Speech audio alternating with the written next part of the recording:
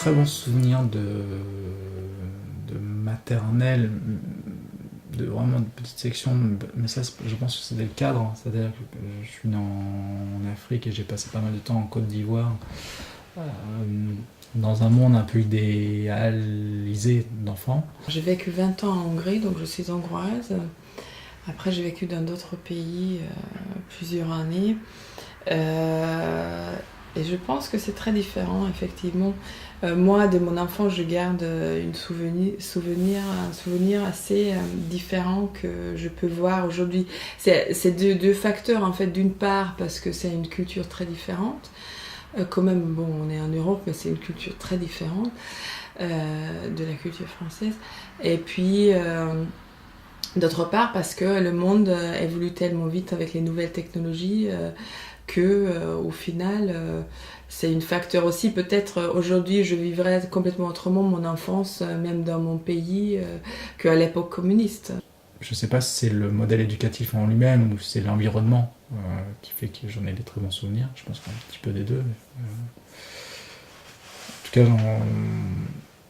je garde en tête un moment où j'avais aucune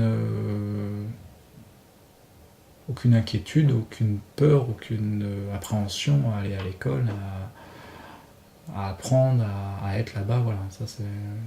Qu'est-ce que tu peux décider par toi-même? Qu'est-ce qui est imposé, je dirais, mais qu'est-ce que, dans toutes ces contraintes actuelles, quels sont les choix que tu peux avoir et quels sont du coup les possibles dans le domaine éducatif, quoi. L'école traditionnelle, l'école de l'éducation nationale, l'école Montessori, l'école Freinet, l'école Steiner. Parce que le modèle éducatif, ça veut dire que c'est... Enfin, pour moi, hein, ça veut dire que c'est figé et que tu dois faire comme ça, alors que non, pas du tout. C'est en fonction de chacun, c'est prendre ce qui te vient, ce qui te convient, et faire ta petite sauce et te le reproduire pour toi, quoi. On les formate beaucoup, on leur apprend de gérer en fait la pression que même les parents ou les enseignants ont dans la société. Aujourd'hui, on est plutôt dans un monde de compétition et non pas de reconnaissance de soi. C'est un peu différent. Quand on fait de la compétition, on ne se reconnaît pas forcément soi, on se reconnaît soi par rapport à l'autre.